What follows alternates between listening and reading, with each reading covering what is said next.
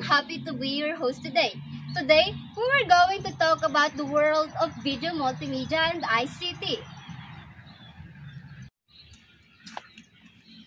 And I'm Ira. Today we will explore how pictures, videos, sounds, and technology work together in our world to make more creative and connected. Whether you dream of becoming filmmaker, enjoy posting on TikTok or YouTube, as you want just to understand of technology, is it for you. Thank you. Let's start with the question, what is video multimedia?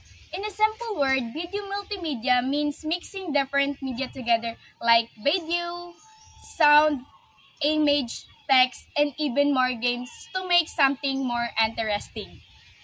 For example, a plain video can sometimes be boring, but you can add a background, music, colorful text, pictures, or animation, it becomes more fun and powerful.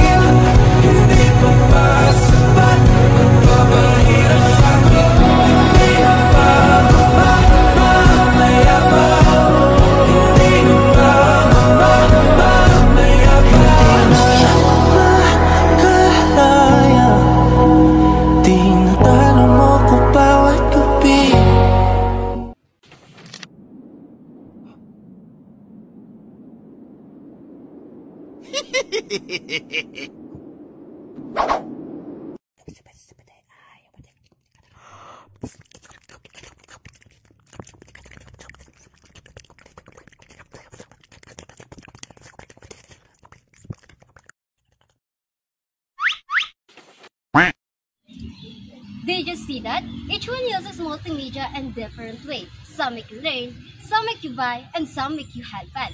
That is video multimedia and action. But wait, video multimedia cannot work by itself.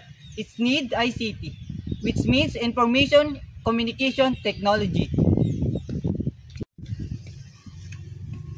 ICT is the tool and system that make multimedia possible. It includes hardware like cameras, computer, microphones, and smartphones. Software like editing apps, animations, programs, and online platforms. Without ICT, we cannot record, edit, or share videos. Even your phone is already a strong ICT. Tool you can make a wall blog just with it. Think about it. Years ago, people need big cameras in studios. Today, you can create professional-looking videos right from your bedroom using a smartphone. That's the power of ICT. Good question, because video multimedia and ICT are everywhere. They are part of our daily lives. Let's look at some real-life use. In school, teachers use multimedia for lesson and presentation. In business, companies make ads, product demos, and training videos. In entertainment, we use music videos, more movies, and TikToks. See, whether for learning, working, or just having fun, multimedia and ICT are always there. Okay, let's make this fun. Will you play a short game called the ICT Tools?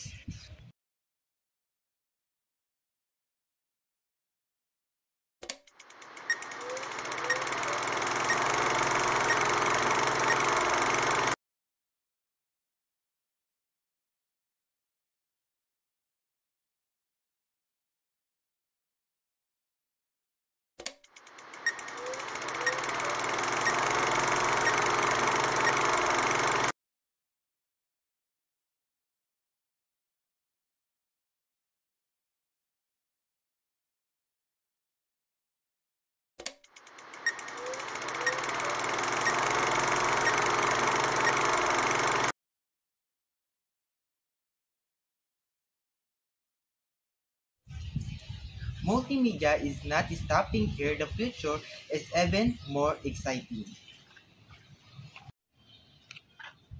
Learning ICT today will prepare us for those new technology tomorrow.